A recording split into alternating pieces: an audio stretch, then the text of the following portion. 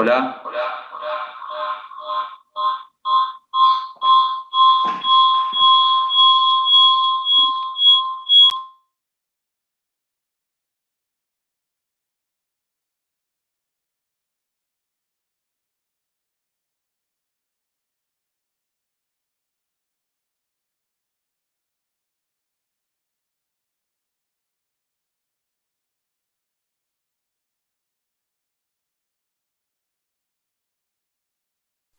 Hola, ¿se escucha? Sí, sí, se escucha. ¿Cómo le va?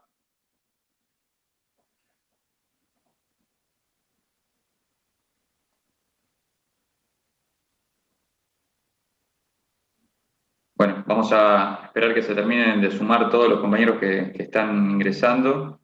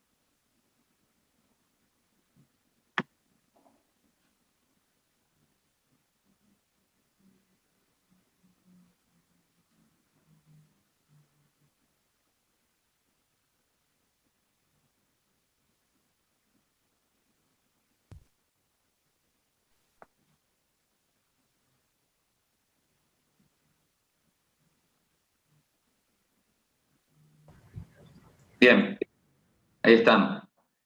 Estamos todes. Bueno, buenas tardes. La clase de hoy, como escribimos en el Facebook, es una clase de repaso previa al primer control de lectura. Como vieron, el control de lectura va a ser el día miércoles entre las 12 del mediodía y las 9 de la noche. El mecanismo es a través del campus. Digamos, ustedes se loguean, ingresan al campus y ahí dentro del link contenidos van a tener que ingresar a evaluaciones y dentro de evaluaciones va a estar el examen. Es un examen de 20 preguntas para responder verdadero o falso, o hay una que otra que puede ser de opciones múltiples. Son bastante sencillas las preguntas, se responden con la lectura de los textos, pero por las dudas, lo que queríamos hacer hoy es primero abrir la posibilidad de que ustedes pregunten si alguno ha podido leer los textos y le ha quedado alguna duda, y en el caso de que no, hacer un repaso fundamentalmente sobre las teorías criminológicas que pueden ser el lugar por donde pasen a lo mejor las mayores dificultades a la hora de abordar los textos. Así que esa es la idea de la clase de hoy. El examen, en su mecánica, es una vez que ustedes ingresan y ponen iniciar, van a tener media hora para responder las 20 preguntas. Cada vez que responden una pregunta, el sistema le pasa a la siguiente y al final les va a decir la cantidad de respuestas correctas que tuvieron y el puntaje final. Lo que no va a mostrar es cuáles estuvieron bien y cuáles estuvieron mal. Eso obviamente es una decisión consciente para evitar que se pasen las preguntas entre ustedes y por lo tanto, si les quedan dudas sobre las preguntas, lo podremos analizar en la clase posterior.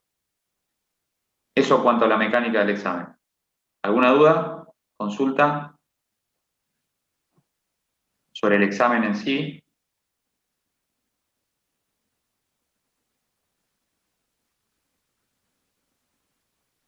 Bien.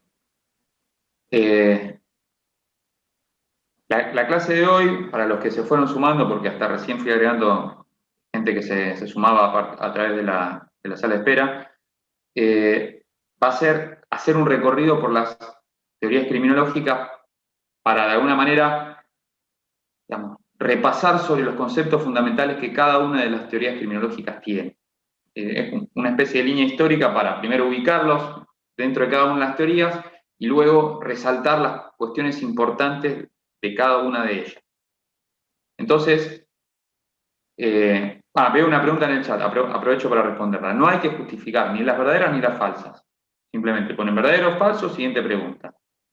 Es así de sencillo. Por eso, obviamente, hay tan poco tiempo para hacerlo, porque son 20 preguntas en media hora, con lo cual el tiempo les debería sobrar para pensar tranquilo cada una de las preguntas y ir respondiendo. Como les digo, digamos, tienen todo el día para hacerlo, desde las 12 del mediodía hasta las 9 de la noche, pero una vez que abren el examen es media hora.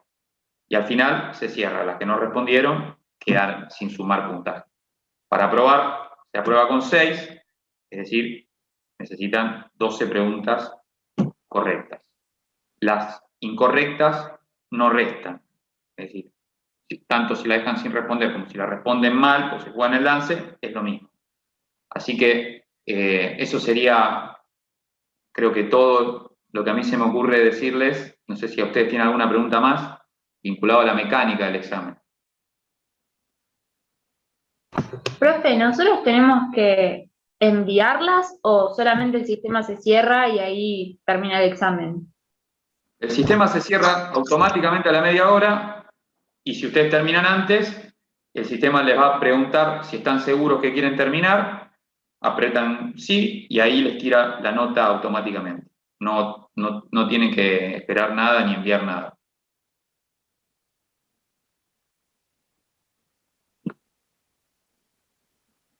No sé si alguien ya rindió con este sistema anteriormente, es así, termina y automáticamente les aparece la nota de cuántas acertaron y no tienen que hacer nada más. Van a tener la nota y les va a figurar dentro del campus en calificación. Tipo los formularios de Google. Exactamente, pero es dentro del campus. Les va a quedar la nota a cada uno registrada dentro de su campus, dentro de su usuario, en el link calificación. Una pregunta, en caso de que nos vaya mal, ¿la semana que viene sería el recuperatorio? No. Va a haber en total 3 controles de lectura, de los cuales ustedes tienen que aprobar 2 para poder rendir en coloquio. ¿Qué significa rendir en coloquio? Rinden en grupos de hasta 3. Y pueden ser 2 o 3 el grupo.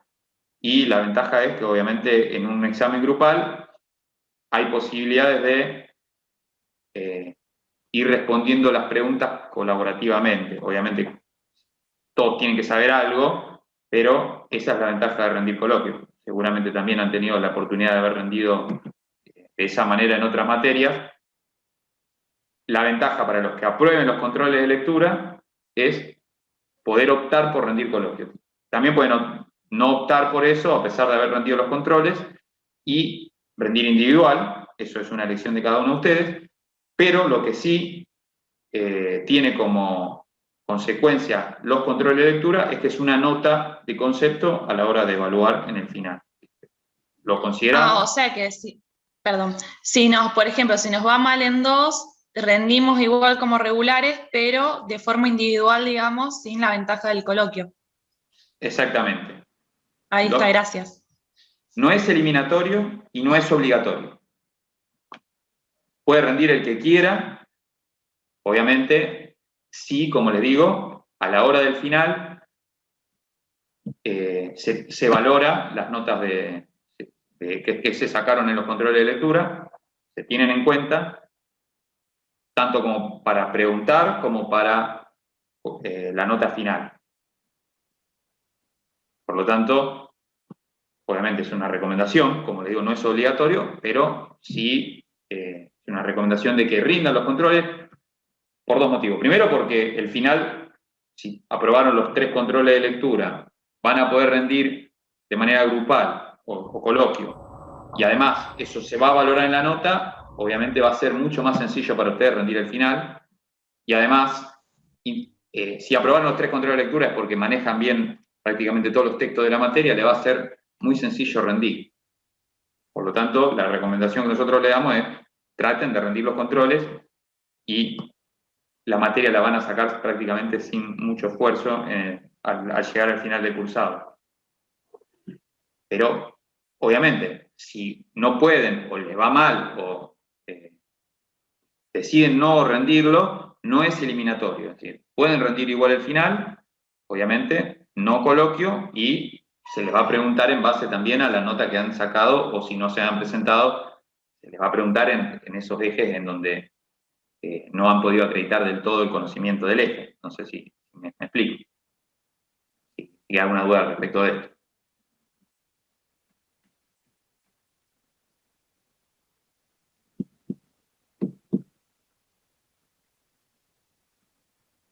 Bien, arrancamos con el repaso entonces.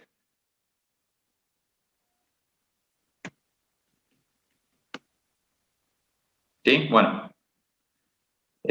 Como les decía, la clase de hoy tiene como objetivo fundamentalmente repasar teorías criminológicas.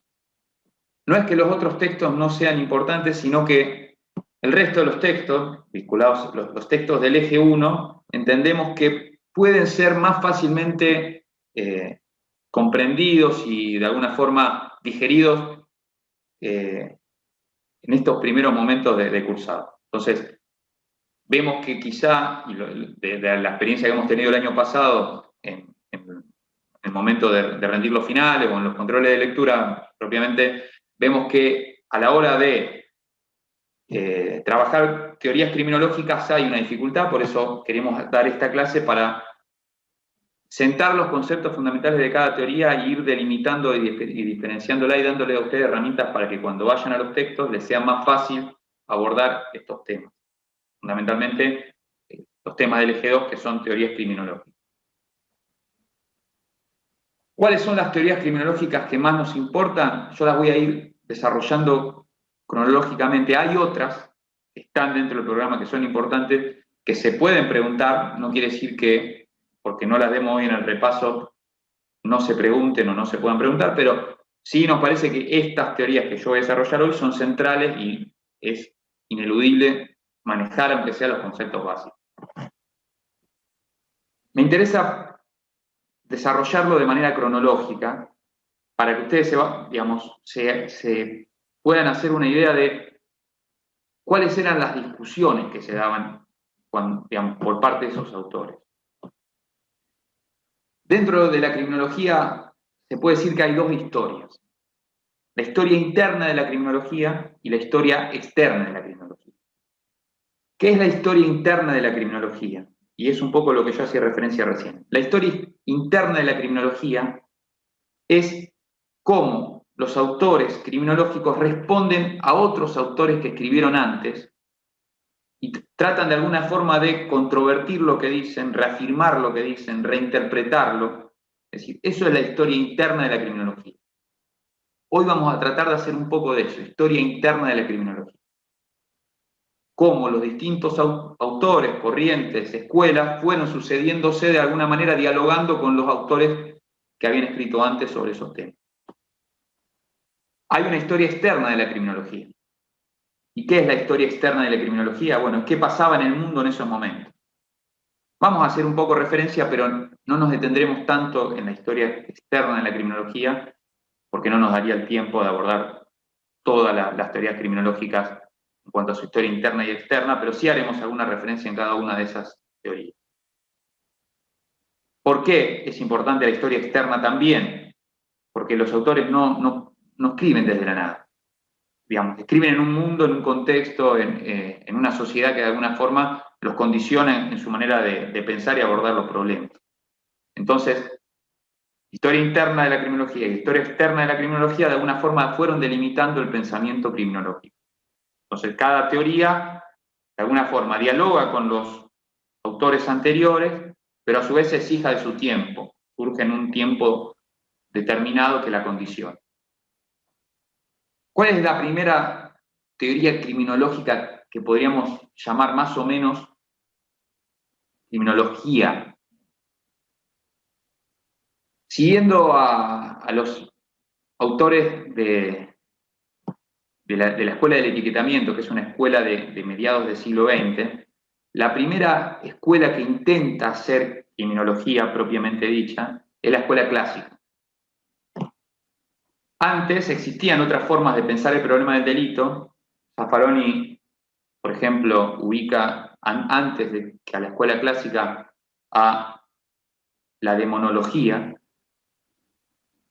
Pero bueno, es discutido sobre si la demonología es o no criminología. ¿Qué es lo que tiene que tener un pensamiento para ser considerado criminológico? Bueno, en esto sí hay bastante acuerdo en los autores. Y para que un pensamiento se considere criminológico, tiene que de alguna manera responder a una de las tres preguntas de la criminología. ¿Cuáles son las tres preguntas de la criminología? Una es, ¿por qué un sujeto comete una acción o lleva adelante una acción considerada desviada? ¿Por qué alguien comete un delito? Esa pregunta a esa pregunta se la conoce como la pregunta etiológica o pregunta por las causas. Cuando ustedes aborden el texto de Barata van a ver que hace referencia a la pregunta de por qué alguien comete un delito y la referencia como la pregunta etiológica. Es ¿por qué alguien comete un delito? La gran mayoría de las teorías criminológicas tratan de dar respuesta a esta pregunta central de la criminología. Es la primera que surgió en la historia y es, de alguna manera, la pregunta que todas las escuelas criminológicas, de una manera u otra, intentan responder. Discúlpame, ¿cómo dijo que se llamaba? ¿Pregunta ideológica o etiológica? Etiológica. Que hace referencia a la causa. La etiología vendría a ser el estudio de las causas de los fenómenos, por eso se la conoce de esa forma. ¿Por qué los sujetos cometen delitos? La segunda pregunta criminológica es la pregunta que se la conoce como la pregunta por las definiciones. Y consiste en preguntarnos quién dice qué es delito y qué no, y quién determina en el caso concreto si una persona cometió o no un delito. Esa pregunta es la pregunta por las definiciones.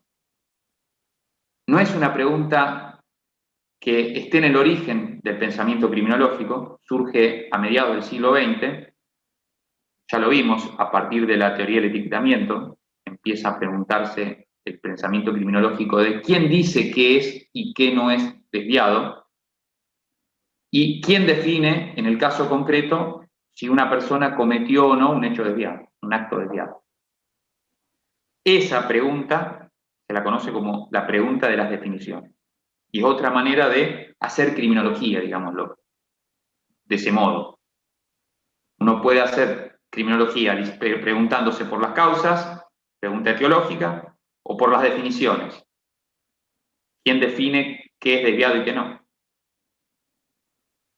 Y la tercera de las preguntas es la pregunta de la reacción, y consiste en preguntarnos cómo las sociedades responden al delito o al acto desviado, y qué efectos causa la reacción social en los sujetos a los que se le aplica. Y esta pregunta también ha tenido diferentes respuestas a lo largo del pensamiento criminológico. Esas tres preguntas nos determinan el campo de la criminología.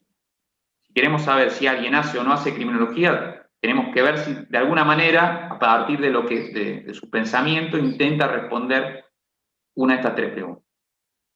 ¿Podrás repetir la última? Sí, se llama la pregunta por la reacción social o pregunta por la reacción. Entonces tenemos pregunta etiológica, pregunta por las definiciones, pregunta por la reacción. La reacción en cuanto a cómo respondemos ante el acto desviado, cómo la sociedad responde a un acto considerado desviado. Y por otra parte, la pregunta de la reacción también encierra qué efectos tiene la reacción sobre la persona que es considerada que ha cometido un acto desviado. ¿Entendió? ¿Vamos de nuevo o estamos?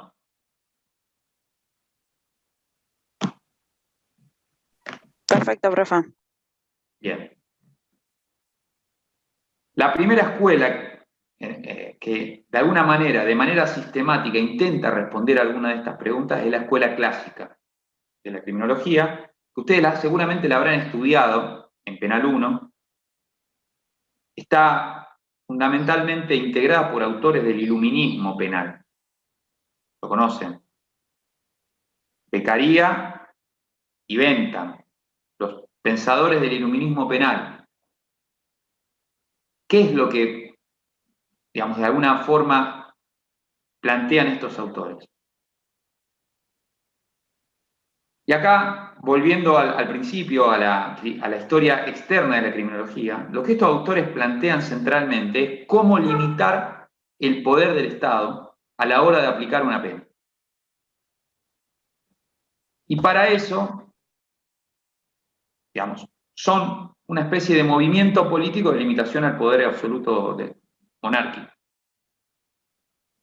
Pero para hacer ese movimiento político, de alguna forma, se dedican a estudiar para qué sirve la pena, la pregunta sobre la reacción, y de alguna manera intentan entender cómo la pena puede influir en los sujetos a la hora de hacerlos desistir de cometer una acción desviada. De alguna manera también indagan sobre cuáles son las causas que hacen que una persona cometa un delito. Porque esas causas, de alguna forma, nos tienen que interesar a la hora de pensar la pena. ¿Qué es lo que plantea básicamente el iluminismo penal? Que los sujetos son seres racionales determinados por el libre albedrío, es decir, por la libre elección de sus acciones. Ese es el sujeto que piensa la escuela clásica. Un sujeto libre, totalmente libre, que hay que de alguna manera obligarlo, a partir de normas penales, a comportarse de acuerdo a esas normas. Y para eso existe la pena. Por lo tanto, la pena para la escuela clásica tiene una finalidad de prevención general. ¿Se acuerdan? La prevención general en términos del derecho penal. ¿Para qué sirve la pena? Para ejemplificar y evitar que la conducta sea realizada. Es ejemplificadora. Ya que el hombre es un ser racional, al ver que una conducta es penada, esa ejemplaridad de la pena va a hacer que el sujeto no lleve adelante la acción delictiva.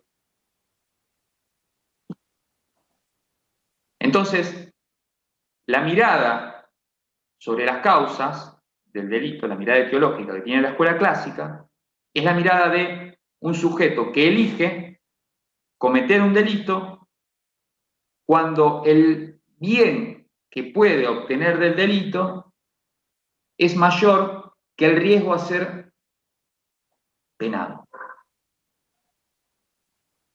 Esa es la idea que tienen de un sujeto que comete un delito. Esto es muy importante, porque la idea de sujeto racional va a ser dejada de lado por mucho tiempo en el pensamiento criminológico. Entonces, ¿qué es importante de la escuela clásica? Primero, es hija del iluminismo penal, surge como forma de discutir el alcance de las penas, cuánto es necesario penar. ¿Por qué era necesario discutir el alcance de las penas? Porque había que imponer un límite al poder absoluto de los reyes y había que de alguna forma darle lógica a cuánta pena era necesaria aplicar en cada caso. Por lo tanto, cuando limitábamos la pena, de alguna forma también teníamos que decir por qué. Y en ese, digamos, ejercicio explicativo, de alguna forma la escuela clásica demuestra qué es lo que pensaba sobre el sujeto delincuente. Repito, era alguien racional que de alguna manera la pena lo tenía que ir encuadrando dentro del cumplimiento conforme de la norma. Obviamente la escuela clásica no es una escuela criminológica compacta. Son pensadores que se dan en distintos contextos, en Inglaterra o en Italia, que tienen diferentes formas de pensar los fenómenos y tienen algunas diferencias bastante importantes. De hecho, por ejemplo, uno de los principales pensadores del iluminismo es Kant, y para Kant la pena no debía ser esto, digamos, no debía ser disuasoria, sino debería ser retributiva. Es decir, acorde al daño causado. Por lo tanto, lo que les quiero mostrar es que, pese a que la gran mayoría de los autores del iluminismo plantean que la pena tiene que ser disuasoria, como decir, una herramienta de prevención general, hay algunos autores del iluminismo que piensan otra cosa, y que no es una escuela compacta en cuanto a su pensamiento. Hay diferencias importantes, sin embargo, se los agrupa porque las cuestiones que tienen en común también son importantes. Fundamentalmente la idea del ser racional, la idea de la pena como prevención general en su gran mayoría, la pena como una forma de moldear la conducta.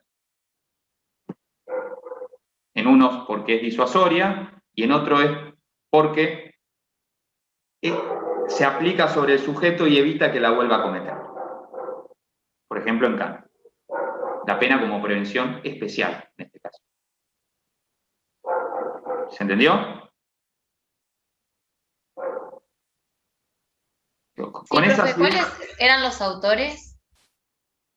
Cesare Beccaria, o Beccaria, no sé cómo lo han escuchado, en Italia.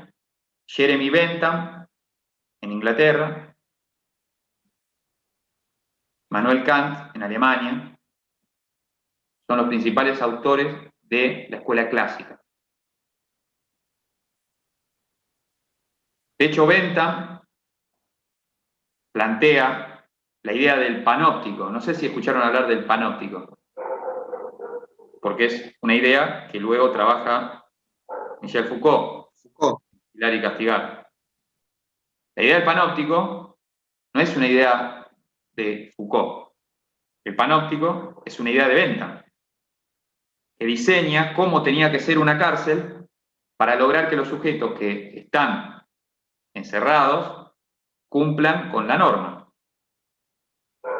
Lo que plantea Bentham en definitiva es que el panóptico es un diseño de una cárcel donde todo el mundo siente que está todo el tiempo siendo observado, y a pesar de que no está siendo todo el tiempo observado, la posibilidad de serlo modifica la conducta. El panóptico es el gran hermano, ¿verdad? Es una forma de distribución carcelaria en donde un solo sujeto en el medio puede ver todas las celdas. Y esa amenaza de sanción hace que los que están en la celda se comporten. Esa idea demuestra cómo la amenaza de sanción, digamos, la prevención general, de alguna manera condiciona la conducta de los sujetos. Luego es tomado por Foucault en el libro Vigilar y Castigar para analizar otra cosa, digamos, cómo se pasó desde una forma de castigar a otra, de la soberanía a la disciplina. Y pone como ejemplo el panóptico como un ejemplo del paso a la disciplina, que más que una manera de castigar es una forma de ejercicio del poder, va a decir Foucault. Pero bueno, nos excederíamos mucho si nos ponemos a hablar de Foucault. Cerramos la escuela clásica con esto. Los autores son Bentham, Beccaria y Kant. Las ideas centrales son la idea de pena como prevención general y un sujeto, digamos, centrado en el libre albedrío, sujeto delincuente que elige cometer el delito. Y hay que pensar medidas para que no lo elija, para que no elija eso. Hasta acá, escuela clásica. A esta escuela la van a criticar los autores del positivismo. Esto seguramente lo dieron en clase, pero me importa repasarlo. El positivismo surge en el marco de un auge de las ciencias naturales. El avance de la medicina, la física, los estudios anatómicos, y empieza a aplicarse con mucha eficiencia el método científico para el estudio de las ciencias naturales. Ese avance potente, digamos, de las ciencias naturales hace que autores que querían pensar la sociedad empiecen a utilizar esos métodos, el método científico, para pensar las ciencias sociales. Por lo tanto, el positivismo surge con fuerza dentro de las ciencias sociales, tratando de explicar fenómenos sociales con las herramientas de las ciencias naturales. Ese fenómeno llega a la criminología como una de las ciencias sociales a las que llega el positivismo y empieza a dialogar con la escuela clásica. Y empieza a decir que los dos ejes centrales de la escuela clásica están equivocados. Primero, que los sujetos no son libres, no eligen, es decir, el delincuente no elige. Y acá este concepto es central para entender el positivismo. El sujeto del positivismo está determinado. Esa palabra es central para entenderlo. Y aun cuando no estemos hablando de los autores positivistas clásicos, podamos, digamos, darnos cuenta si alguien es un pensador criminológico positivista o no. Si piensa que el sujeto está determinado, es positivo. Esto es una pregunta casi central si te preguntan en un examen de política democrática de seguridad, te preguntan ¿cómo veía el positivismo al delincuente? Te tienen que decir determinado. Ya con eso ya tienen la mitad de la pregunta bien respondida. Por lo tanto, acá hay un cambio central a la hora de pensar qué hacemos con el delincuente. Porque si está determinado, por más amenaza de pena que le pongamos, no lo va a poder evitar, es más fuerte que él. Hay otras fuerzas que lo determinan. No hay simplemente la voluntad del sujeto. Por lo tanto, a la hora de pensar qué hacer, a la hora de pensar la pregunta 3, cómo reaccionamos, el positivismo dice hay que hacer otra cosa. Hay que revertir esos factores que lo determinan. Y surge la idea de resocialización o de reinserción social. Es decir, fíjense cómo nuestro sistema penal actual aún sigue imbuido de estas ideas de la escuela clásica y de la escuela positivista. Mezcladas además, porque por un lado, nuestra ley de ejecución penal es claramente positivista en términos de reinserción social, de resocialización, pero por otro lado, la escala penal sigue atada a una idea retributiva, ya que el monto mínimo y máximo de alguna forma hacen referencia al daño causado.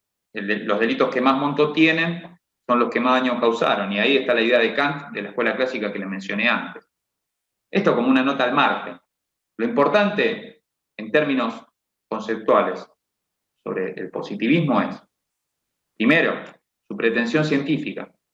El positivismo decía, nosotros venimos a hacer ciencia con el delincuente y el delito. Segundo, la idea de determinación. El delincuente está determinado. Depende de qué autor tomemos, vamos a encontrar diferentes causas que lo determinan. Si tomamos a Lombroso, que quizás es el más emplumado, digamos, el más característico de la escuela positivista, va a decir, está determinado por factores biológicos, que consisten en, por ejemplo, una falta de evolución de esa persona. Digamos, justamente estaba en auge la teoría de Darwin. Entonces, un delincuente es alguien que no evolucionó, es un ser atávico, lo llama Lombroso. Quizás esto también se lo acuerdan de Penal 1. Por lo tanto, ¿qué hay que hacer? Hay que aislarlo, porque es un delincuente nato que no puede aprender las normas. Entonces, acá la idea de resocialización en Lombroso es mucho más difícil de aplicar. Pero hay otros autores, por ejemplo, Ferri y Garófalo, que además de pensar en el delincuente nato, piensan en otras formas de determinación. Y es el positivismo social, llamémoslo de esa forma, que es tan determinados por las condiciones sociales en las que viven. Básicamente por la pobreza. Ferri llega a decir incluso que hay determinación también en factores climáticos. El calor predispone más a la comisión de delitos. Eso lo plantea Ferri. Que un poco hasta hoy nos llama un poco a la risa, lo mismo que los planteos de Lombroso. Sin embargo, lo que no hay que perder de vista cuando estudiamos positivismo es la importancia que ponen los autores en el condicionamiento determinado del delincuente para llevar adelante la acción. No puede elegir. Por lo tanto, ¿qué hacemos con él? Bueno, si es un delincuente, digamos, dentro de las clasificaciones, es un delincuente nato, biológicamente determinado, es muy poco lo que podemos hacer, lo que hay que hacer es encerrarlo y ver de qué manera condicionamos esa conducta para que no vuelva a repetirla. Si está condicionado por factores sociales, hay que modificar esos factores sociales. Si ustedes ven cómo se plantea la cárcel, hay que enseñarle a trabajar, hay que obligar que estudien, hay que generar mecanismos para que pueda obtener recursos cuando salga de la cárcel. Esas formas de pensar qué hacer con el delincuente tienen que ver justamente con la manera en que pensamos lo que el delincuente es. Y el positivismo, por eso, plantea esa idea de determinación que hay que ir a romper a la hora de pensar en una reacción. Y por último, dos cuestiones que vienen atadas al positivismo. Una, muy importante, es que el positivismo tuvo que pensar en la idea de un delito natural. ¿Por qué? Porque si nosotros pensamos que alguien es delincuente sin poder elegir, determinado, no puede modificarse eso porque el delito deje de ser delito y se sancione una ley diferente. Porque si hay algo en mí que es constitutivo y que me hace delincuente, que se modifique la norma no debería modificarme a mí. Entonces, tuvieron que empezar a pensar que existen delitos naturales. ¿Sí? Acciones que están generalmente mal, universalmente mal, y que esas tendencias a realizar esas acciones son las que a las cuales yo estoy determinado.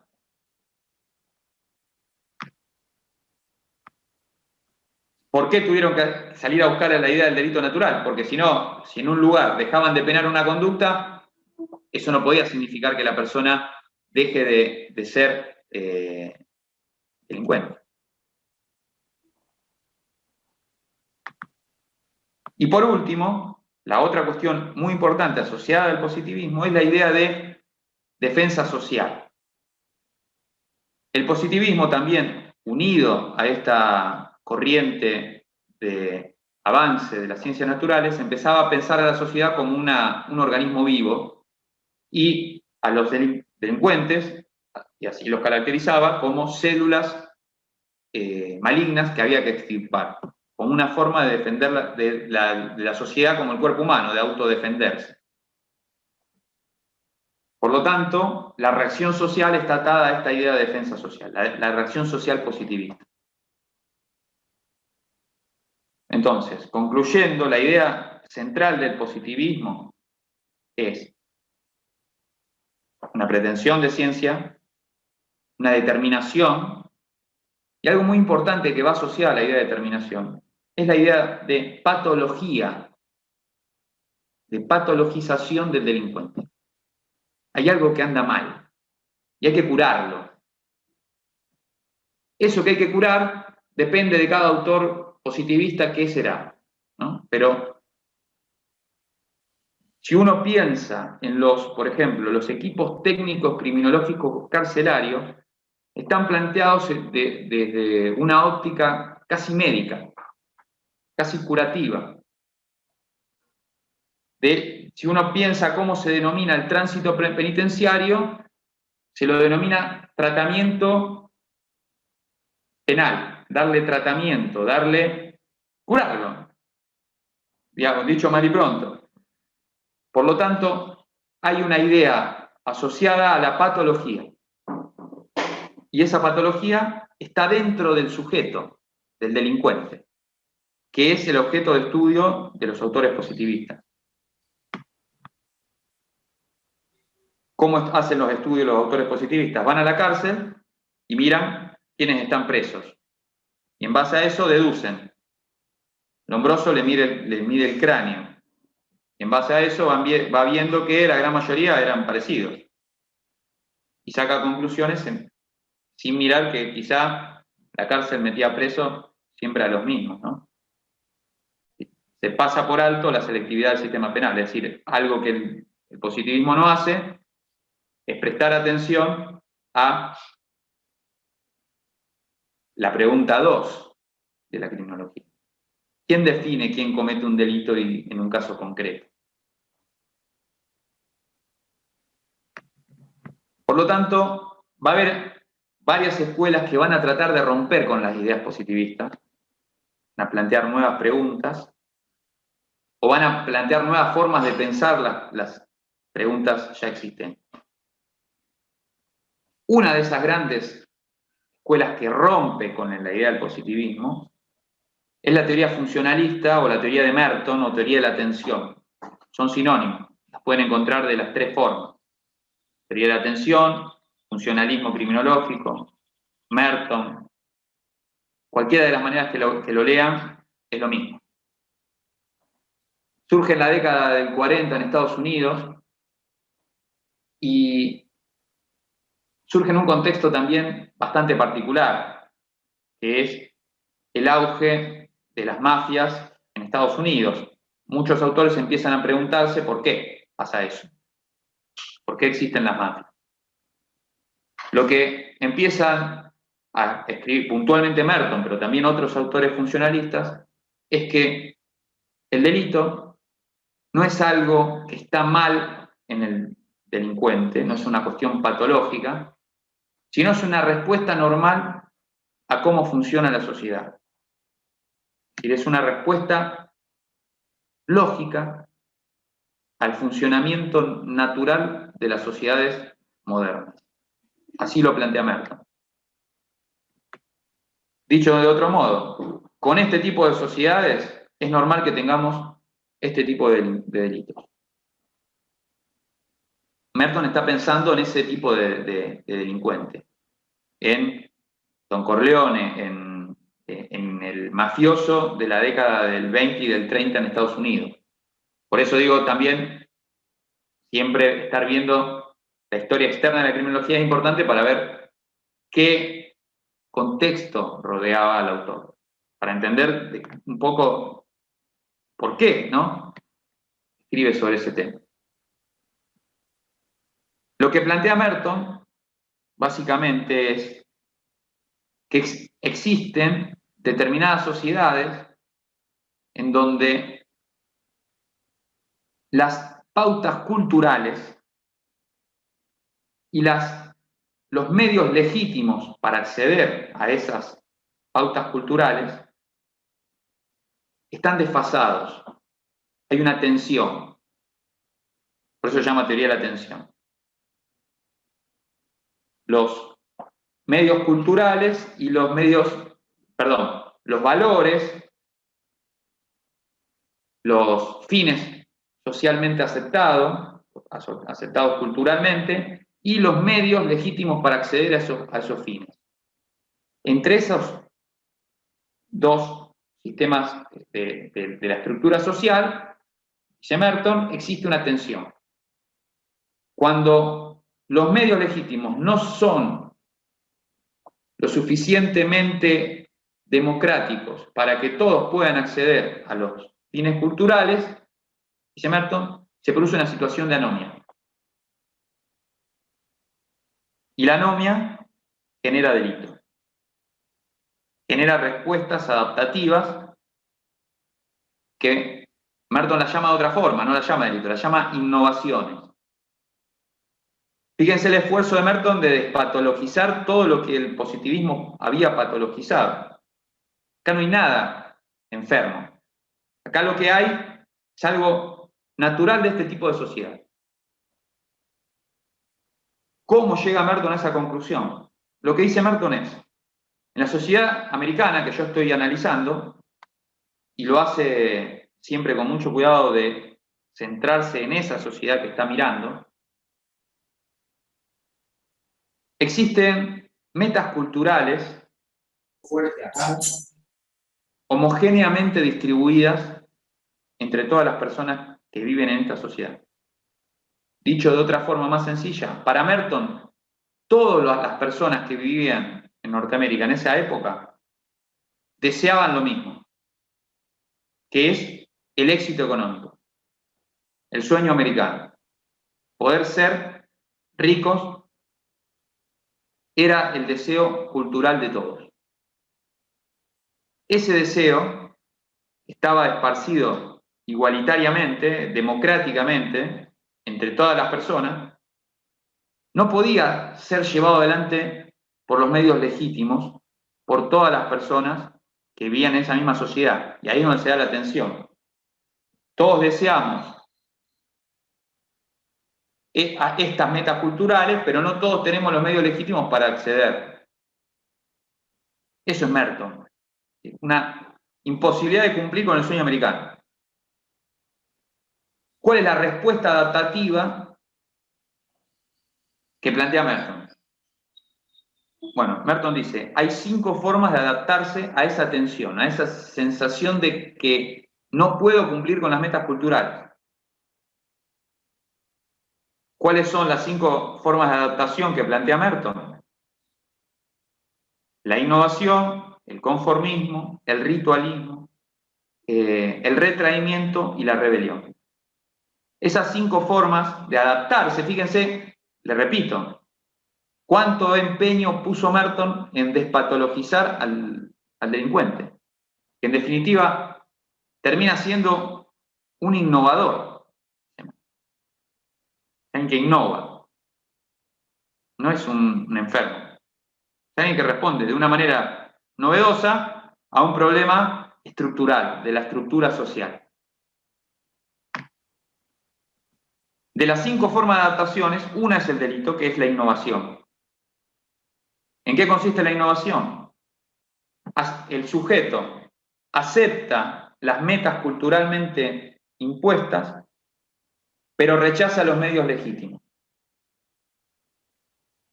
Entonces, de alguna manera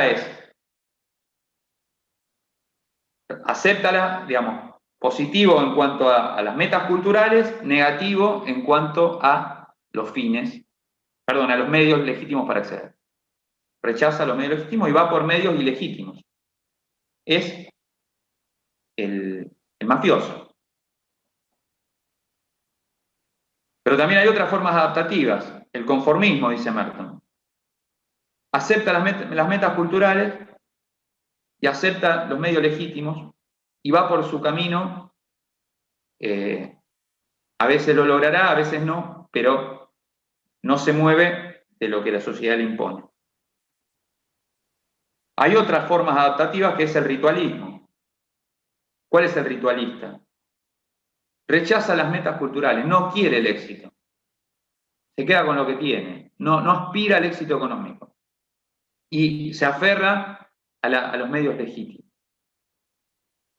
El empleado estatal que pone sellos y no desea más que lo que tiene. La otra opción es el retraimiento. rechaza las metas culturales y rechaza los medios legítimos. Es el ejemplo del homeless, el linchera, el vagabundo. Y la otra ¿Cómo dijo opción, que se llamaba, profe?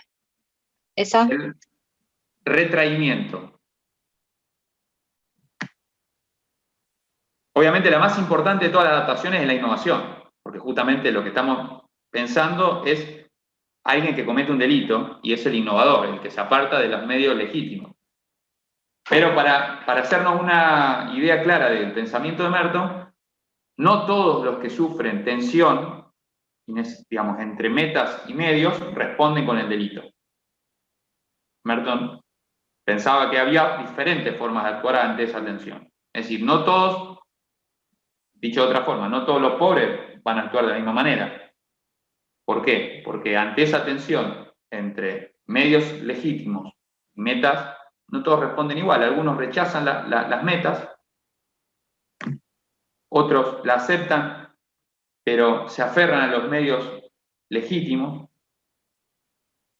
Y por último está el rebelde, que es el que quiere la rebelión, quieren cambiar las metas culturales y cambiar las formas legítimas. Es decir, obviamente también Merton está escribiendo en una época en donde el pensamiento comunista estaba en germen, previo a la Segunda Guerra Mundial.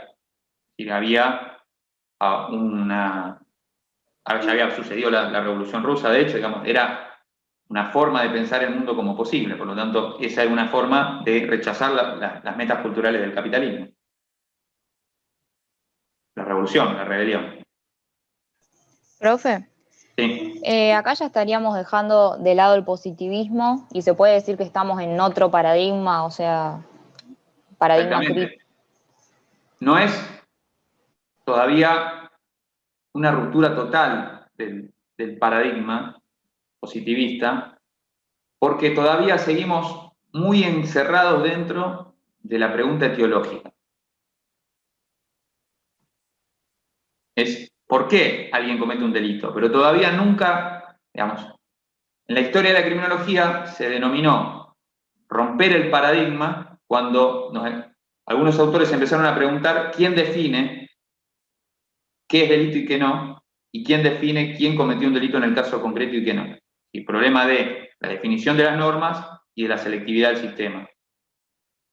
A eso se lo llamó romper el paradigma. Pero Merton, sin ser de alguna forma reconocido en la historia de la criminología como alguien que rompió el paradigma, sí fue muy importante para despatologizar al positivismo.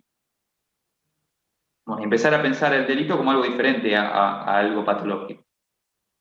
Y ya poner el problema de las causas no en el delincuente, sino en la sociedad. Y fue quien inauguró de alguna forma una respuesta social al delito. Ya no, digamos, la escuela clásica, el delito estaba de alguna forma en el libre albedrío del sujeto, en la escuela positivista en las causas que lo determinaban, pero dentro del delincuente. Merton lo que hace es saca del delincuente las causas del delito. ¿Me expliqué? Sí, gracias. Bien. ¿Qué sigue a Merton? ¿Qué sigue a Merton? A Merton lo siguen las teorías de las subculturas criminales. ¿Lo dieron esto en clase? ¿Lo dieron con Francisco? ¿Subcultura criminal? Sí, sí. Bien. En una clase que dio varias teorías, pero sí. Bien. ¿Cómo se enganchan la teoría de las subculturas criminales con Merton? Un discípulo de Merton, Albert Cohen, quiere ir a ver si lo que Merton planteaba estaba bien o no. Y de alguna manera descubre que gran parte de lo que planteaba Merton era real, pero otra parte no. Cohen lo que plantea es que hay una gran cantidad de delitos que no responden a la lógica utilitarista de cometo el delito para obtener lo que no puedo obtener por fines legítimos.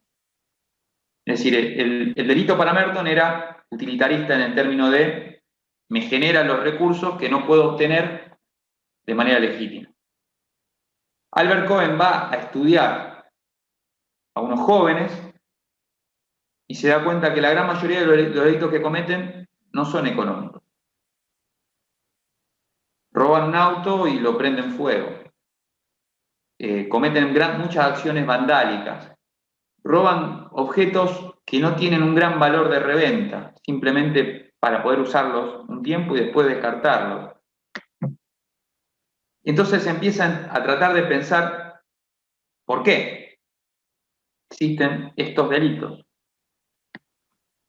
Lo que plantea Cohen es que lo que los jóvenes realizan es formar parte de una subcultura. ¿Qué es una subcultura?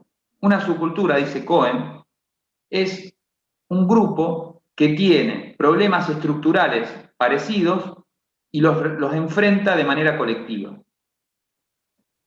¿Cuáles son los problemas estructurales? Bueno, lo que dice Cohen es, van a la escuela, esto lo dice Albert Cohen, en donde son evaluados con las reglas de la clase media, pero son jóvenes pobres que no pueden, por la posición en la estructura, por ser pobres y por tener pocas capacidades para sobrellevar la escuela, no pueden, no le va bien. Por lo tanto, forman una subcultura para responder a ese problema de pasar la escuela. Entonces, crean una subcultura que de alguna forma les ayuda a resolver ese problema estructural que enfrentan. Estructural en cuanto a que su posición en la estructura social es lo que los hace atravesar ese problema. Es decir, ser pobre los hace pasar ese problema. No tener los recursos suficientes para afrontar la escuela y ser evaluado con las reglas que son utilizadas para evaluar al resto de los alumnos. Entonces, ante esos problemas, se juntan. ¿Y qué hacen? Dice Cohen, invierten los valores. Los valores socialmente aprendidos y de alguna forma legitimados por la clase media, que son los que priman en la escuela. Entonces, como no pueden atravesar la escuela, esos valores que la escuela les quiere meter, los invierten. Entonces, en la escuela les enseñan a negar la violencia, y ellos la exacerban. Les enseñan a valorar la propiedad privada, ellos la desprecian. Ellos les enseñan a valorar el esfuerzo y el trabajo, ellos lo desprecian y son holgazanes. Entonces, ¿qué es lo que funciona para estos jóvenes? Invertir los valores de la clase dominante, de la clase media. Como no pueden, porque en la escuela, con sus herramientas, no la pueden afrontar, la niegan. Y forman su cultura, los pibes, los de la pandilla, los pandilleros, está pensando, Albert Cohen está viendo a los pibes pandilleros de Nueva York en los años 60. Y dice, estos pibes formaron esta subcultura como respuesta a su imposibilidad de atravesar la escuela de manera eficiente.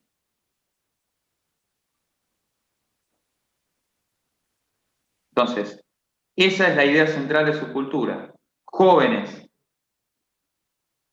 subculturas juveniles, en este caso. Hay otras subculturas, pero fundamentalmente las estudiadas son las subculturas juveniles. Son jóvenes que enfrentan problemas estructurales y que se juntan para afrontarlos colectivamente, y esa manera de afrontarlos colectivamente implica, según Cohen, invertir los valores de la clase dominante. ¿Se entendió?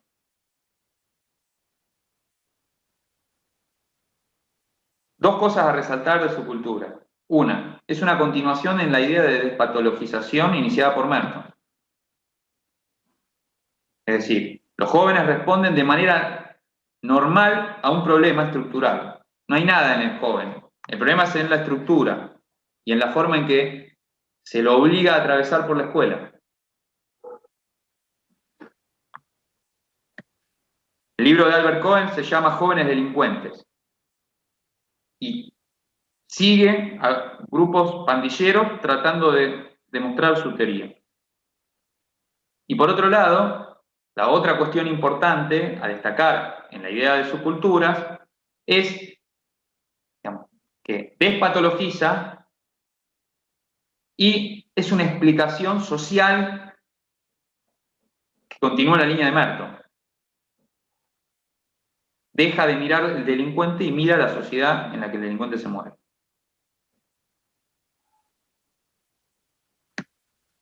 ¿Cuál es el problema que se le encuentra, la crítica que se le encuentra a la teoría de la subcultura y que genera una reformulación dentro de la misma teoría de la subcultura? El problema que se le encuentra es que la inversión de los valores no es tal. Y esto lo plantea David Mazza y Graham Sykes en dos artículos que se llaman Valores subterráneos y técnicas de neutralización. Son dos artículos, uno se llama Valores subterráneos, el otro se llama Técnicas de neutralización. Y ahora le voy a explicar por qué estos autores subculturales dicen que Cohen se equivocó. ¿Qué es lo que dicen? Lo que dicen estos autores es que primero, los jóvenes no invierten los valores de la clase dominante, creen en esos valores. ¿Por qué dicen esto? Porque cuando agarran a los jóvenes cometiendo uno de estos hechos, se justifican de alguna manera admitiendo que creen en los valores dominantes. Por ejemplo, cuando agarran a los jóvenes, les dicen, ¿pero vos por qué le pegaste a tal? Y él no dice, y porque pegarle está bien. Lo que él dice es, y porque él me pegó primero. Por lo tanto, de alguna manera, admiten que la violencia está mal, porque si no, no se justificaría. La técnica de neutralización que describe Mazza es una forma de pensar que esos jóvenes adhieren a los valores de la clase dominante. Pero esos valores, de alguna forma, pueden ser dejados sin efecto momentáneamente por estas técnicas de neutralización que se autoaplican y que les permiten llevar adelante los actos. Es decir, coinciden en que hay una subcultura, hay un problema estructural, pero no hay una subcultura de oposición a los valores dominantes. Es un poco una sutileza, pero una sutileza muy interesante, porque lo que reafirma Mazza en definitiva es que la subcultura comparte los valores dominantes, los valores con los valores de la clase dominante. Comparte la subcultura, los valores, con los valores de la clase dominante. Que no están socializados en otros valores, sino que son jóvenes socializados con los valores de la clase dominante que de alguna manera utilizan estas técnicas para poder eximirse de cumplirlos de a ratos. Y el otro artículo, Valores subterráneos, lo que dice es, además, dicen Mazza y Sykes, no es que la clase dominante tenga valores tan distintos a los de los jóvenes.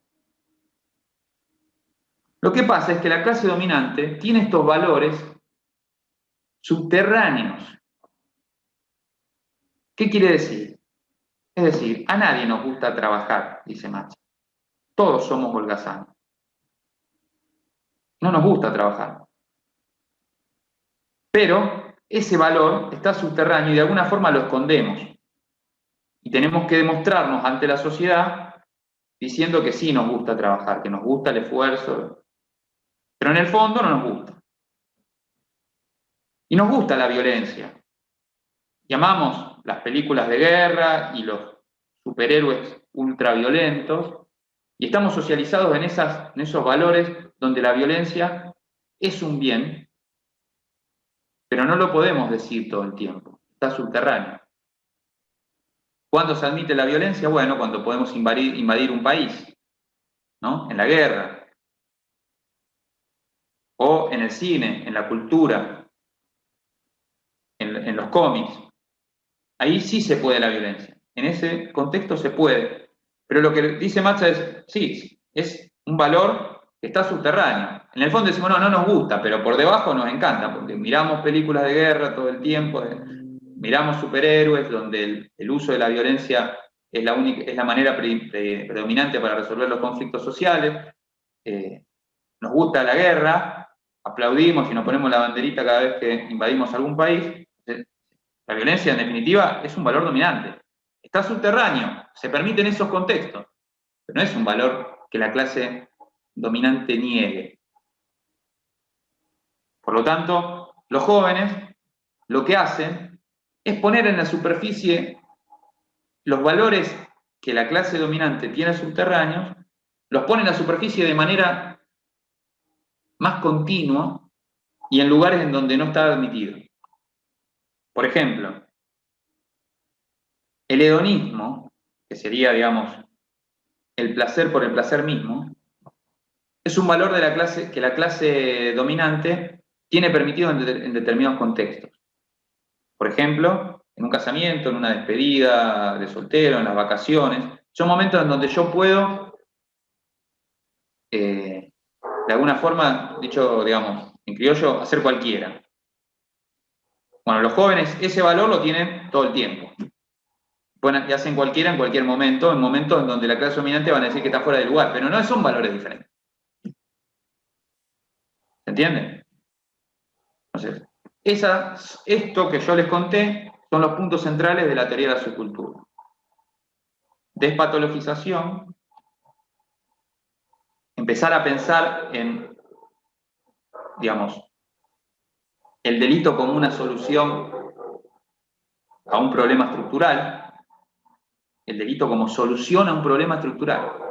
Fíjense el cambio que existió entre el positivismo, en donde el problema es el delincuente, y Merton y la teoría de la subcultura, en donde el problema es la sociedad. Entonces, también, ¿qué hacemos para resolverlo? En uno, vamos sobre el delincuente, y en el otro, tenemos que cambiar la sociedad. Esas son las consecuencias que tiene pensar el fenómeno. No podemos seguir haciendo lo mismo si encontramos una explicación diferente.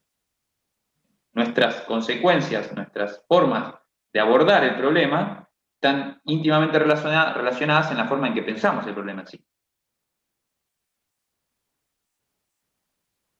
Y ahora sí, voy a entrar en las teorías que son quizá las más complejas y las más revolucionarias en términos de ruptura con el positivismo. Y son la teoría de etiquetamiento y la criminología crítica. La teoría del etiquetamiento, como les digo, la van a encontrar en los textos como un cambio de paradigma. ¿Por qué es un cambio de paradigma la teoría del etiquetamiento? Porque empieza a preguntarse por una pregunta que nadie se había hecho, y es, ¿quién dijo que una acción desviada es desviada? ¿Quién dice eso? ¿Por qué? ¿Por qué determinadas acciones son desviadas en unos contextos y no son desviadas en otros? ¿Quién lo determina? ¿Por qué matar en la guerra está bien y matar en una acción fuera de la guerra está mal? Si la acción, en definitiva, es la misma. El acto de matar a otro es igual. ¿Por qué uno es valorado con una medalla y el otro es castigado con una pena? Lo que va a decir la teoría de etiquetamiento es que lo único que cambia ante ese acto objetivamente similar es la mirada de los que observan. Por lo tanto, es una forma de romper totalmente con el pensamiento criminológico. De hecho, como les decía, el positivismo se tenía que esforzar en hallar un delito natural para poder encontrarle sentido a sus explicaciones. El etiquetamiento no solamente se niega a encontrar un delito natural, sino que dice que todo delito es una construcción social. Es una convención que impone quienes tienen el poder de hacerlo. La desviación, en definitiva, es un acto de poder de definir. Y ese poder de definición se manifiesta en dos momentos. La criminalización primaria, que vendría a ser la creación de la norma, y la criminalización secundaria, que vendría a ser la aplicación de la norma. Hay dos momentos de ejercicio del poder importantes a la hora de definir el acto desviado. Uno es definir cuáles son los delitos y redactar el Código Penal, dicho rápidamente, y por otra parte, aplicarlo. Entonces, por un lado, se encuentra en juego una cuestión vinculada al modelo de sociedad que elegimos, el problema de qué definimos como desviado y qué no, y por otro lado, el problema de la selectividad del sistema. ¿Se entiende? La teoría del etiquetamiento surge de desarrollos sociológicos anteriores. Esto lo vimos, recuerdo haberlo dado yo, que esos desarrollos sociológicos anteriores son la etnometodología y el interaccionismo simbólico, que explican de alguna forma cómo las acciones están condicionadas por la mirada de los otros.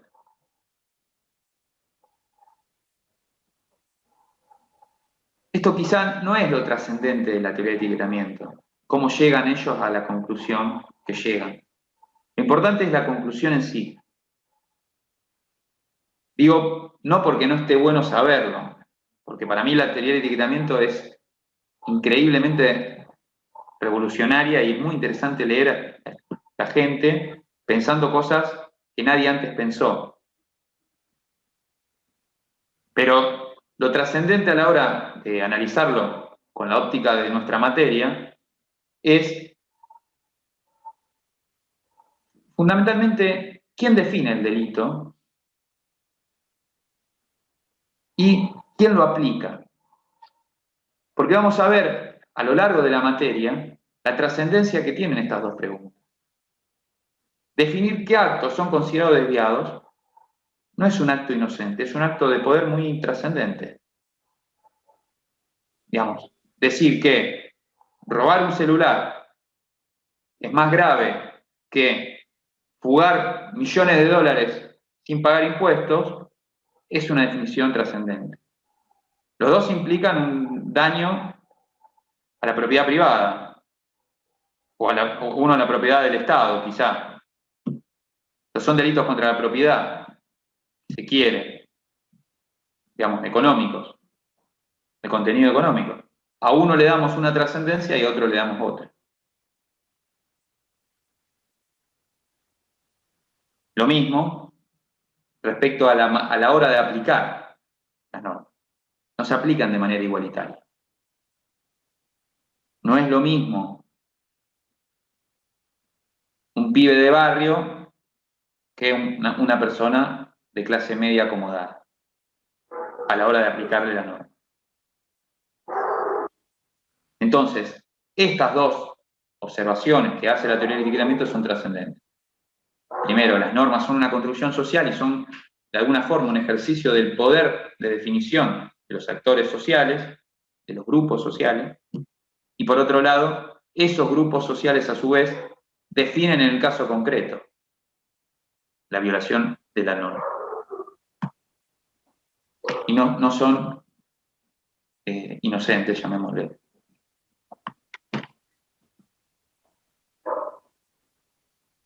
¿Preguntas hasta acá? Profe, ¿puede repetir los últimos dos, digamos, lo más importante de esta teoría? Sí. Los que mencioné recién. Esta teoría tiene dos cuestiones centrales. Por un lado, el problema de las definiciones. El problema de las definiciones tiene dos problemas en sí mismo. Uno, ¿quién crea la norma? ¿Quién define esto es delito y esto no? Fumar marihuana es delito, tomar clonazepam no. ¿Y quién define en el caso concreto quién fumó marihuana y quién no? Cuando te agarran por la calle, un policía, y dice, vos infringiste la norma, y te lleva ante un juez, ese proceso tampoco es objetivo.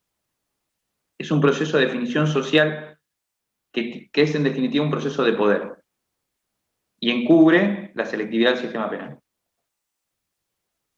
Esos dos fenómenos son visibilizados por la teoría del etiquetamiento dentro del problema de las definiciones. Entonces, el núcleo central de la teoría del etiquetamiento está puesto ahí. Esto es caprichoso. Esto no es siempre así. Puede ser de otras maneras. Depende de la mirada que socialmente hagamos del problema. Pero además la teoría del etiquetamiento tiene otra parte. Una parte, problema de la definición, la pregunta número 2 que les adelanté, y eso implicó el cambio de paradigma. Pero también tiene una parte que se une más a la pregunta 3 y 1, la pregunta de la reacción y la pregunta etiológica. La teoría del etiquetamiento al respecto dice que la reacción social en sí misma genera consecuencias en el sujeto, ya que al aplicarse una sanción, de alguna manera el sujeto al que se la aplican asume que es una persona desviada, porque un poder con gran capacidad de definición como el Estado dice que sos un desviado, que te desviaste de la norma. Por lo tanto, lo más probable, aunque no siempre es así, dice el etiquetamiento, pero es muy probable que al que lo etiquetan como desviado, se comporte como desviado. Esto también surge del interaccionismo simbólico. Nos comportamos como el resto espera que nos comportemos. ¿Qué significa? Que si a alguien le aplican una sanción como parte de una reacción social y lo etiquetan como desviado, lo más probable es que ese sujeto, si la etiqueta es asumida de manera exitosa, empiece a comportarse como se comportan los sujetos desviados e inicie una carrera criminal.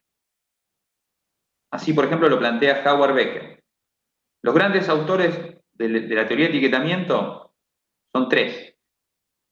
Howard Becker, que estudia fundamentalmente estos problemas que le acabo de mencionar, el problema de las definiciones, el problema de la selectividad del sistema y el problema de las carreras desviadas. El problema de las definiciones es, incluso plantea quién lleva al Congreso las normas para ser sancionadas y prohibir determinadas conductas. Y ahí crea el concepto de empresario moral, un grupo de personas que se dedican a ser lobistas para lograr que determinadas sanciones se prohíban y se penen. Entonces, recapitulando, Howard Becker es uno de los autores principales, el otro es Erving Goffman, con G, Goffman, que plantea los efectos que tiene etiquetar a una persona de loco y los efectos que produce el manicomio en las personas. Y por último, Lemert, Edwin Lemert, es otro de los autores que escribe en la misma línea que Becker.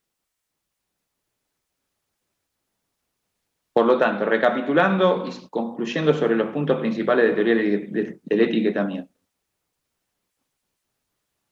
Son una derivación de la teoría del interaccionismo simbólico. El interaccionismo simbólico, de alguna forma, piensa a la sociedad en su conjunto, cómo actúan los actores sociales en todas las normas y en todos los momentos de la vida en sociedad. El etiquetamiento toma esos postulados y los lleva puntualmente a explicar el problema del delito. Un fenómeno social más pequeño. Podríamos decir que el interaccionismo simbólico es el género y teoría del etiquetamiento es la especie. Si me aguardan un segundito, voy a prender la luz porque veo que me estoy quedando a oscuras.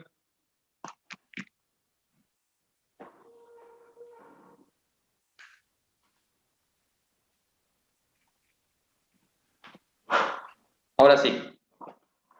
Entonces, punto 1, repito. Etiquetamiento como derivación de la teoría del interaccionismo simbólico. Punto 2. Dos problemas. Problema de las definiciones,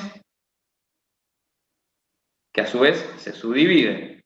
La definición en general, podríamos decir, quién define la norma como tal, y la definición en particular, quién define en el caso concreto si tal persona cometió o no un acto desviado.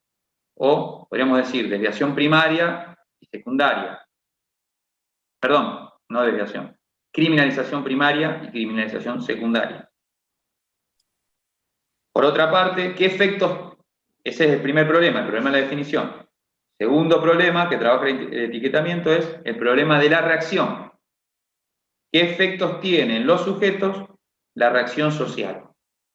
Y ahí es donde entra la idea de la etiqueta. Cómo una persona, al ser etiquetada, definida como delincuente, empieza a comportarse como delincuente, por lo tanto, continúa cometiendo más delitos. Eso, digamos, cuando uno comete el primer delito, se lo llama desviación primaria. Acá sí, desviación, por eso mi equivocación y mi corrección.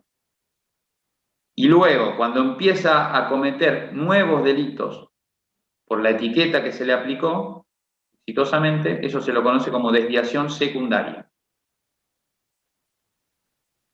Entonces no hay que confundir criminalización primaria y criminalización secundaria, que criminalización primaria es la sanción de la norma, criminalización secundaria, la aplicación de la norma en el caso concreto, con desviación primaria, un delincuente cometió un delito por primera vez, desviación secundaria, se le aplicó la etiqueta de manera exitosa y por eso emprendió una carrera desviada.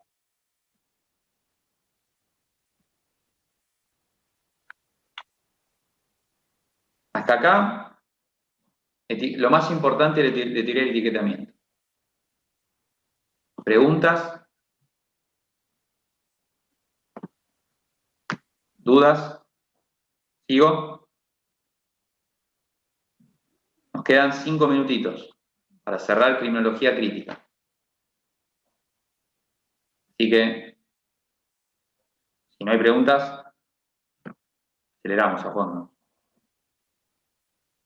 Criminología crítica tampoco es una escuela muy homogénea. Es una escuela que engloba muchas formas de pensar diferentes.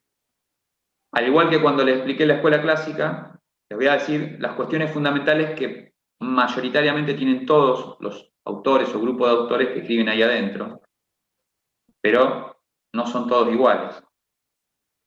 ¿Qué es lo que hace la criminología crítica? Dice, la teoría del etiquetamiento plantea algo que es central, que es que el delito en definitiva es una cuestión de poder. El delito es en definitiva qué elegimos como sociedad castigar y en qué casos.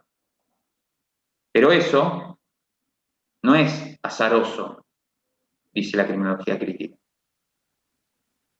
Esos juegos de poder se vinculan con la forma de organización política y económica de la sociedad que estudiemos. Por lo tanto, aplican a la teoría del etiquetamiento las reglas de pensar la sociedad del marxismo y del neomarxismo. Criminología crítica es década del 70 y 80 en Inglaterra, 70 y 80 en Inglaterra. Y teoría de etiquetamiento es década del 60 en Estados Unidos. Es decir, cuando esas teorías cruzan de alguna manera, digamos, metafóricamente cruzan el Atlántico, en Inglaterra dicen, está bien, pero ese ejercicio del poder que implica definir no es ingenuo. Tiene un sentido. Y ese sentido es la persistencia del sistema capitalista. Eso es lo que plantea la criminología crítica.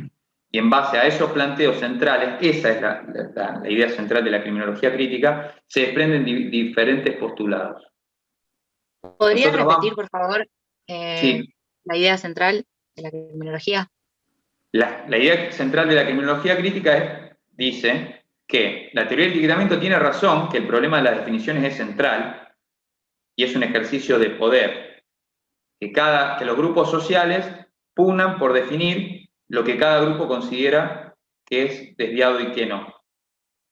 Pero esa pugna o esa disputa de poder no es ingenua,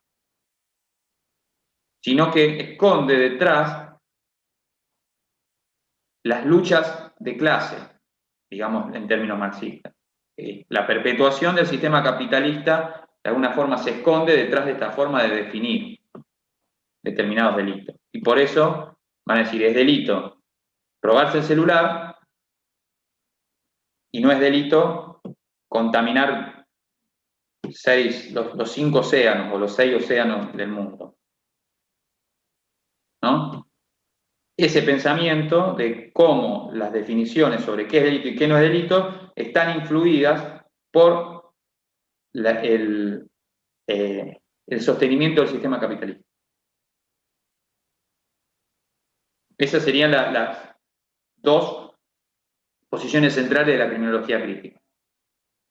Una reafirmación de la teoría del etiquetamiento en cuanto a que el problema central de la criminología debe ser el problema de las definiciones, y por otro lado, que esas definiciones están influidas por una mirada política y económica. Por lo tanto, es teoría de etiquetamiento más marxismo, la criminología crítica. Es aplicarle las reglas de pensar la sociedad a la teoría de etiquetamiento. ¿Se entendió?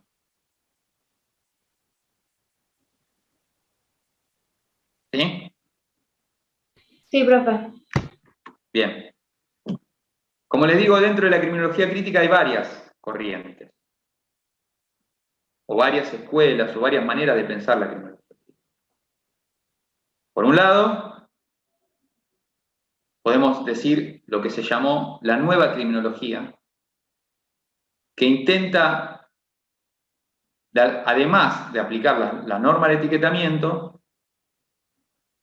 tratar de entender también las causas. Es decir, ir con el etiquetamiento a cuestionar la forma en que pensamos la desviación, pero a su vez también tratar de entender por qué una persona, sabiendo que una conducta es desviada, igual la comete. ¿Se entiende? Sí. Pensemos quién define qué es y qué no es desviado, pero también por qué alguien, a sabiendas de que algo es desviado, igual lo comete. Volver a retomar los postulados de Merton y de las teorías subculturales, que es pensar las causas como una forma de adaptación social a los problemas. Y retoman y vuelven a pensar Merton.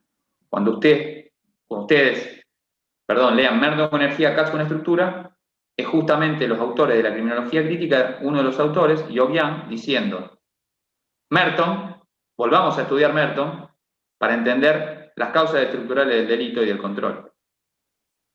Es una proclama de no nos tenemos que contentar con que el delito es una explicación, una definición caprichosa de las clases dominantes. El delito es una construcción de las clases dominantes, pero a su vez hay personas que igual lo cometen. Tenemos que ir a buscar por qué. Para eso retoma los postulados de Merton. Si ustedes leen el artículo, se llama justamente Merton con energía. Y por otro lado, dice, también hay que ir a intentar entender que el delito afecta mayoritariamente a los más débiles. Por lo tanto, que nosotros pensemos en las causas del delito no quiere decir que de alguna forma juguemos con las cartas de la clase dominante, sino que implica hacerle la vida mejor a los más débiles, que son los que más sufren el delito. Y por eso es importante. Por lo tanto, en el artículo Merton con energía, Katz con estructura, van a leer a un autor de la criminología crítica y las principales cuestiones que postula son, y acá voy a ser muy sintético porque no hay más tiempo, voy a tratar de hacerlo de verdad en 2 o 3 minutos. Primero plantea, que no se puede pensar el delito sin entender la sociedad en la que se escribe. Por eso va a describir fuertemente el momento histórico en el que está escribiendo. Esto también me acuerdo que ya lo charlamos en clase, por eso lo paso rápido, pero va a hablar de la modernidad tardía. Por eso, punto importante de la criminología crítica es describir de qué mundo está hablando, porque justamente, como le decía, es pensar el mundo en su momento histórico, con las herramientas del marxismo, porque obviamente lo hacen desde ese lugar, pero no se puede pensar los fenómenos abstraídos del momento histórico en el que existen. Y por otra parte, va a pensar que no se puede analizar los fenómenos sin entender la estructura y la cultura en la que se desarrollan. Por eso van a ver que hay una explicación estructural para el delito y el control y una explicación cultural para el delito y el control. Para la explicación estructural va a usar el concepto de privación relativa, que si ustedes se fijan en las anotaciones que tienen de la clase anterior que di, y lo expliqué bastante bien, pero es básicamente lo mismo que decía Merton, una situación de injusticia entre lo que me imponen como regla cultural de éxito y las posibilidades reales de acceder. Eso es privación relativa, la tensión de Merton. Y por otro lado, la inseguridad ontológica, es la dificultad que en el mundo actual hay de construirse una identidad respetable. Entonces, ¿qué es privación relativa? Es esa sensación de injusticia en que mi esfuerzo no alcanza para llegar a las metas que me imponen, culturales, tal como lo planteaba Merton. ¿Y qué es la inseguridad ontológica? Es la dificultad que tienen los sujetos de construirse una identidad respetable, porque el mundo ya cambió y ya no se puede obtener de la misma forma que se hacía antes. ¿Cuáles eran las identidades respetables de fácil acceso para la gran mayoría de las personas antes? Ser padre de familia y obrero de una fábrica. Ya no existen los empleos industriales y ya la familia ha dejado de ser una forma de construir una identidad respetable. Hay muchas formas de pensar la familia. Entonces, esas dos crisis, la crisis en la recompensa, de que ya no existen formas de ascenso social disponibles y existen más privación relativa, y por otro lado, no existen formas de reconocimiento sencilla. Ya no es tan fácil tener una identidad respetable, se suman para generar la situación que vivimos hoy de aumento del delito y de aumento del control. Aumento del delito porque cada vez hay más delitos en la sociedad de Occidente y aumento del control porque cada vez hay más punitivismo en la sociedad de Occidente. Se castiga más e igualmente cada vez hay más delitos. Eso es lo que plantea Young. En el texto Merton con energía, Katz con estructura. Merton con energía, ¿por qué? Porque su explicación tiene por un lado un contenido económico, Merton, una explicación económica de por qué las personas delinquen, pero con energía, porque lo que dice el autor es que a la explicación económica hay que sumarle la explicación emotiva, cultural que tiene el delito. Y ahí retoma la teoría de las subculturas. ¿Por qué los jóvenes cometen delitos que no le traen ningún provecho económico? Y Katz es un autor que estudia lo placentero que es cometer un delito. De ahí viene el título. Merton, con la energía de Katz, con lo expresivo de la teoría de las subculturas, con todo lo que implica simbólicamente cometer un delito, culturalmente, como forma de construirse un respeto, de ser el más malo del barrio, de ser el más polenta, el que más se la banca, pero también a la inversa. Katz con estructura. Katz, el que estudia que el delito es emotivo y es placentero, también tenés que meterle la variable de que no todas las personas delinquen. Y hay una mayor, digamos, presión estructural para que las personas que se encuentran abajo en la estructura social busquen obtener esa satisfacción a través del delito. Por lo tanto, hay que pensarlo desde las dos maneras.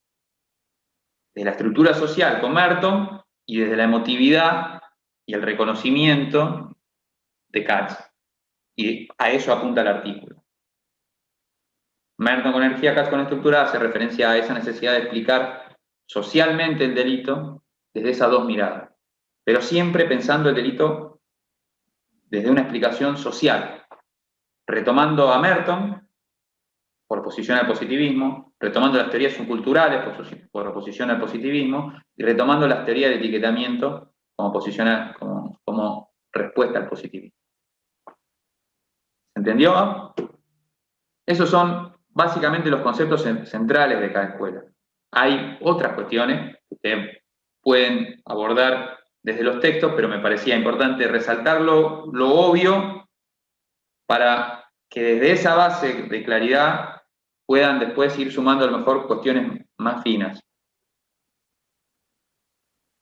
Si de acá el miércoles surgen consultas, las publican en el grupo y si tienen alguna pregunta ahora, no hay problema, yo no tengo problema en quedarme, pero los libero para el que quiera irse.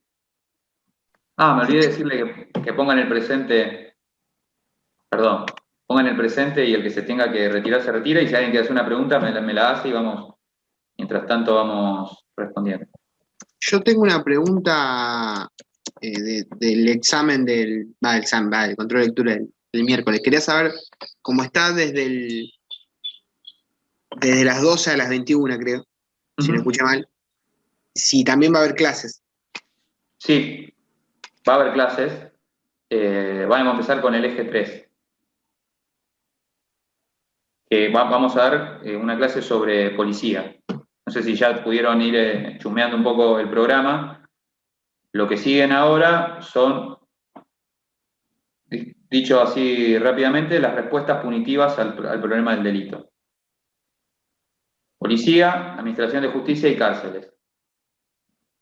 Las respuestas reactivas al delito y diferentes maneras de pensar esos tres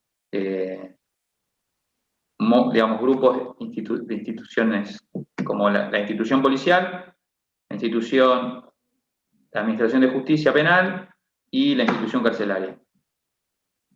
Eso es lo que continúa ahora y arranca el miércoles con policía. Bien, era eso nomás.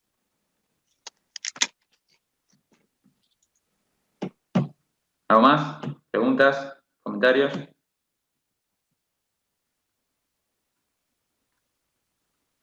Bueno, si no hay más preguntas, éxitos el miércoles en el control y bueno, hasta la próxima. En la clase de miércoles va a estar Francisco. Chao, profe, gracias. Adiós. Gracias, profe. Chao, profe. Chao, profe, gracias.